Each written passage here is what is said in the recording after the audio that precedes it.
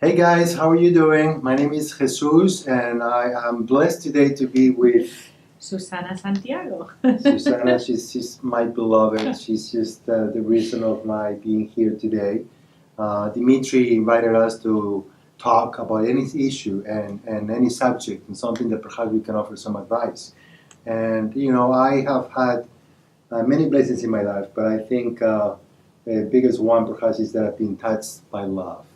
I'm in love. Isn't that beautiful?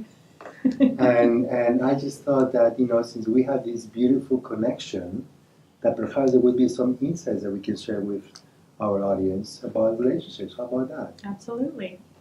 So what do you think? It's like Where do you want to start? where do I? Well, I don't know. I mean, we've been together for 14 years, and interesting enough, we just very recently got married, like 3 months ago. And so perhaps one thing comes to mind is that we didn't think marriage would make any difference. And do you think it has made a difference? I mean, after 3 months, do you think our relationship is different or not? I don't think so, but I know everyone who's watching is going to say, yeah, but only 3 months. Yeah, but it seems to me that, if I would give one advice is just leave marriage out of the equation and not focus so much about when you are starting a relationship with someone new that, okay, is this the person I'm going to marry? I mean, that's just not the way to go. That's at least my opinion. But I don't know if you have any other tip for people that are starting a relationship. What could be a good thing for them to be aware of? In marriage or in In regular? a regular relationship, young people. I think probably one of the most magical things for me that I find in short supply is just transparency. I like that, transparency. Yeah, like being authentic. Fully self-exposed. I hear a lot of people talking about being honest, and honest, of course, is great, but to me, honesty is about saying what you think. But something about being transparent and being authentic is just taking it to the next level. It's not so much about saying what you think, but it's expressing how you feel, right? It's about being who you are and being open and, having that type of connection with your beloved where you can just be yourself. Right. And I feel that's beautiful, yeah. I think at the end of the day, everybody wants to come home to someone where they feel they can be themselves fully. And sometimes we are afraid to be what we call our shadow selves, or the part of us that we don't want anyone to see. Mm-hmm. And if you're hiding even at home or in a relating, to me, is the epitome of effort. And we all try to impress each other to try to be better for someone or please them rather than just be who we are fully, completely as we are in complete acceptance.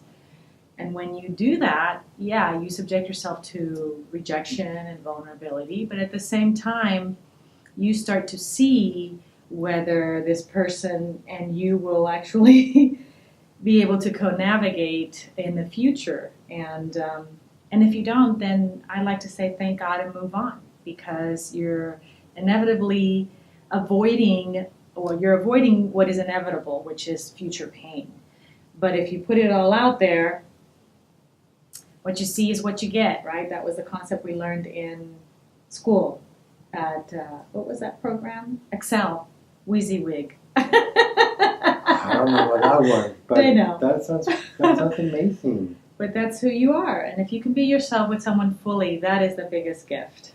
Wow, that sounds so Thank beautiful. Thank you. That's why I am with her. You see, she's just, I call her Buddha girl. That's so much wisdom coming through her.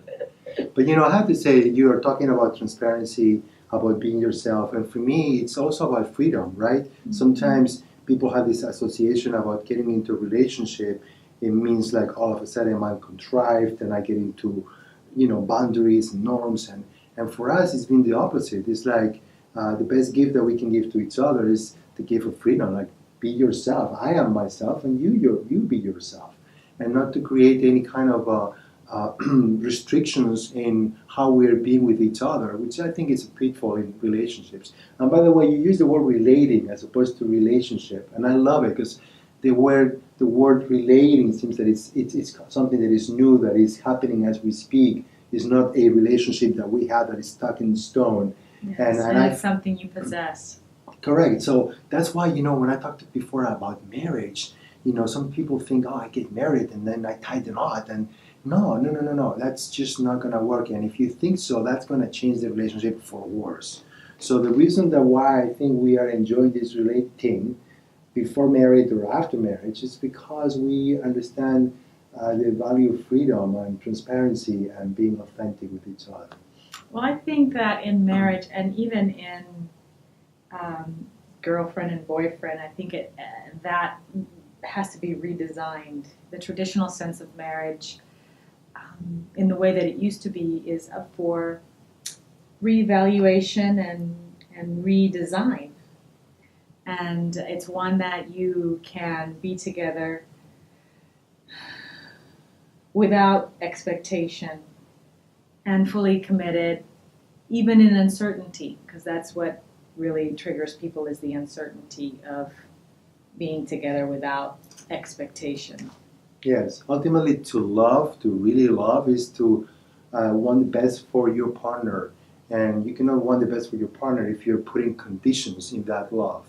So loving unconditionally is ultimately what is going to help us to succeed in a relationship and to allow us to have no attachment to any outcome. Because whatever it is, it is. But let's just enjoy the journey. And let's have fun in the process. Huh? Playtime doesn't hurt.